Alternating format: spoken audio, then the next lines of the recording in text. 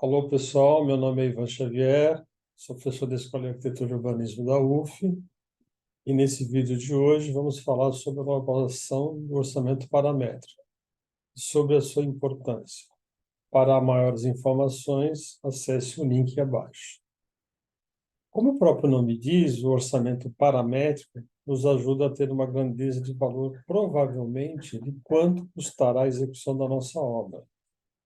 No caso, a palavra provavelmente indica um valor que pode variar ou para cima ou para baixo, e tem como objetivo principal orientar o cliente sobre o custo provável de sua obra.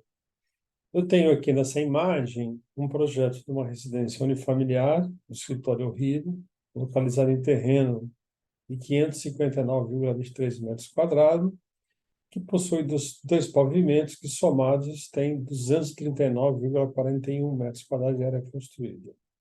A sua estrutura de concreto armado e a cobertura é composta por telhas metálicas e laje impermeabilizada.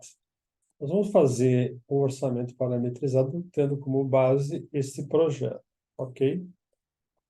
Esta informação sobre a realização do orçamento paramétrico é importante, pois nos ajuda a decidir também sobre a realização ou não do empreendimento. O orçamento paramétrico é justamente indicado para essas decisões iniciais, ou seja, vamos realizar o empreendimento ou não vamos?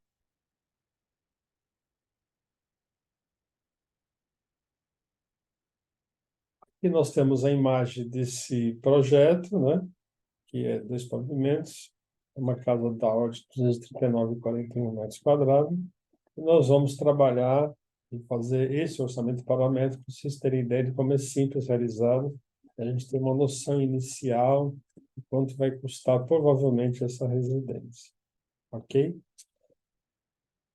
Como se trata de um orçamento aproximado, a gente usa como base a área construída ou a área equivalente.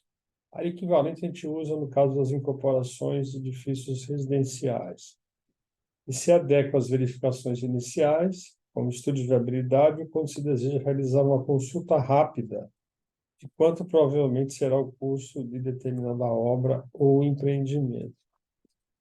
Normalmente, o orçamento paramétrico, né, ele é realizado quando a totalidade dos projetos ainda não estão disponíveis, ou seja, ainda está na fase do estudo preliminar, né, de um projeto.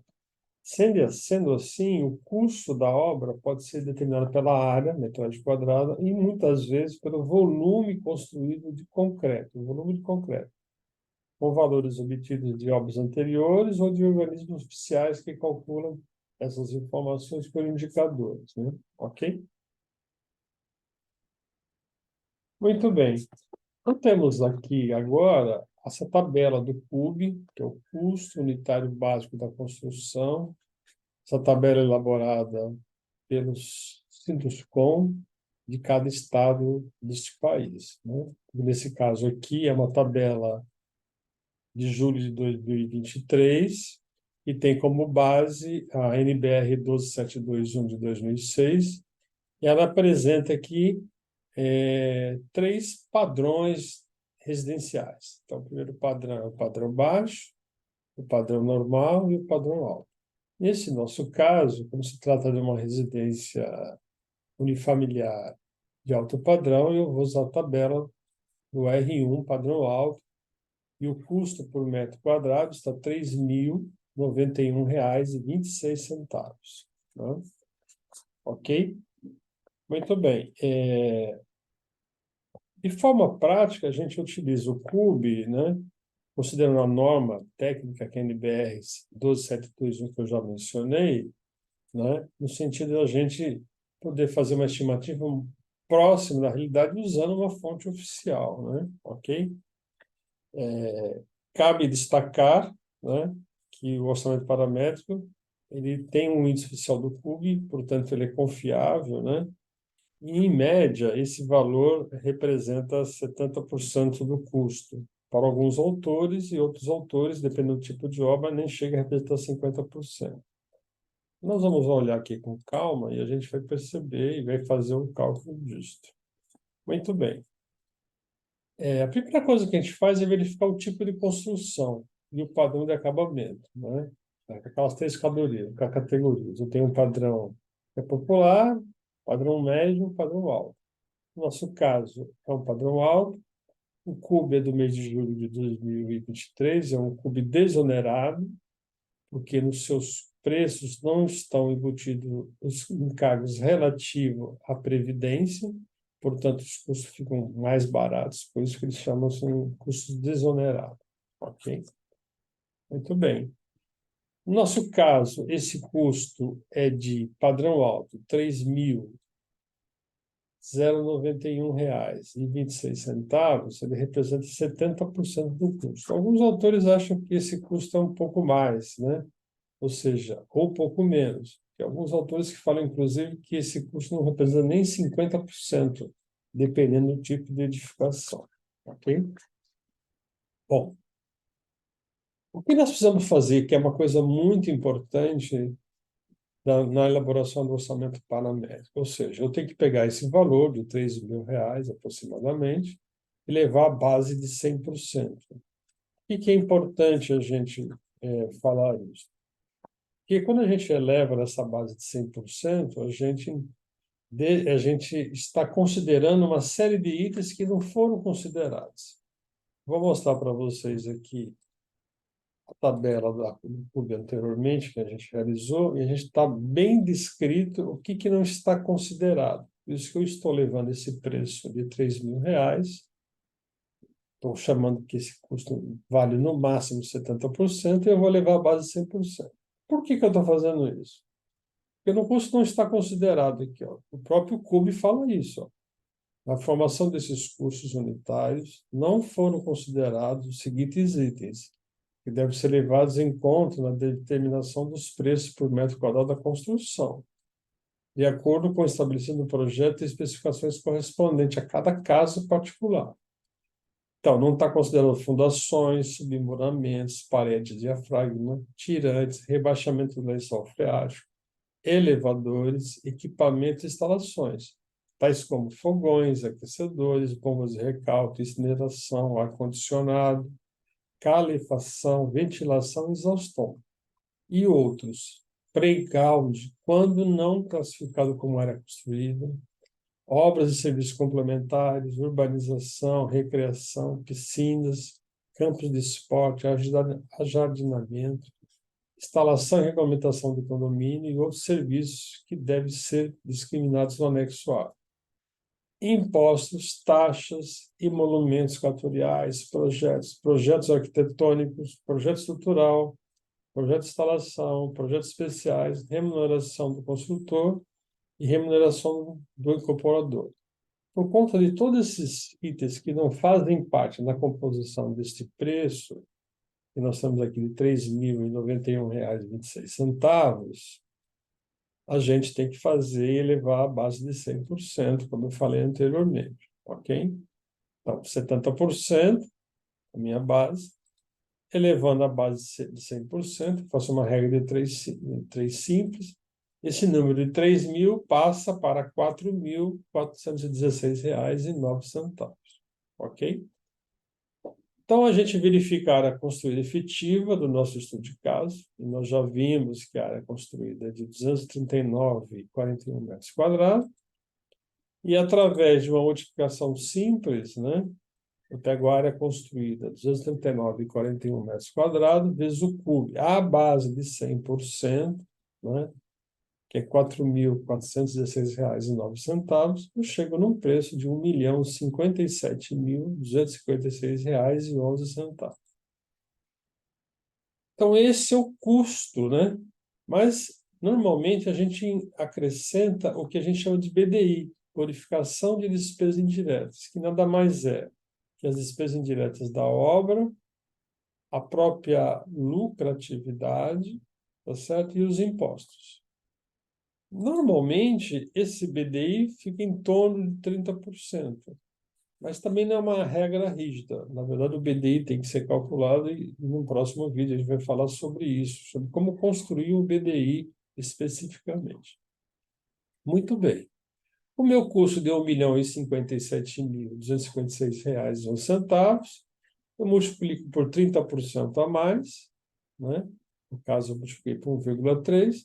Aí eu tenho um custo total de R$ 1.374.432,94. Então, isso é o custo desta residência de 239,41 metros quadrados, né?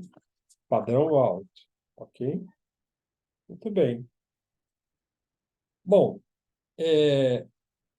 além disso, além de fazer essa conta simples, mas o mais importante é a elevação do preço à base de 70% para 100%, além disso, nós fizemos um orçamento sintético desta obra, da fundação, serviços preliminares até a cobertura, né?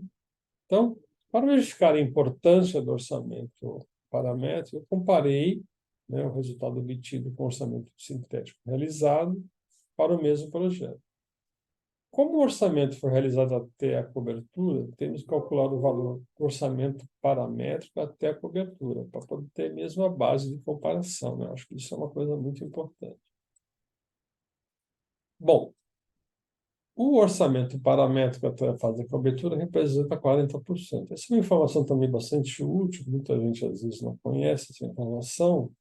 Ou seja, num edifício residencial, ou mesmo no edifício de apartamentos, os custos são distribuídos da seguinte forma: da serviços preliminares, fundações até a cobertura, eu gasto 40%, né? E os demais 60% era para acabamento.